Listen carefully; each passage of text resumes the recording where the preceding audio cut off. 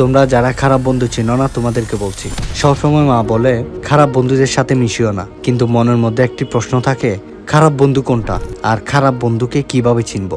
আমাদের গ্রামের রিফাতও একই সময় তাই ভাবতো। তার এক বন্ধু ছিল, সে তাকে প্রায় বলতো আজ ক্লাস না করলেও সমস্যা নেই, অথবা হোমওয়ার্ক পরে করবি আর কি, শিক্ষকের কথা এত সিরিয়াসলি নেওয়ার কি আছে।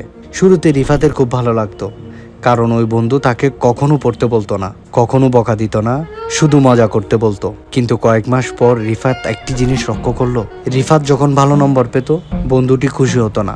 সে যখন পড়তে বসতো বন্ধুটি আসতো তাকে বাইরে নিয়ে যেত, আর যখন কোনো সমস্যায় পড়তো তখন সেই বন্ধুকে পাশে পাওয়া যেত না। অন্যদিকে যে বন্ধু তাকে পড়াশোনার কথা মনে করিয়ে দিত, ভুল করলে বুঝিয়ে দিত, আর পরীক্ষার আগে খোঁজ নিত, তাকে রিফাত আগে বিরক্তকর বন্ধু মনে করত।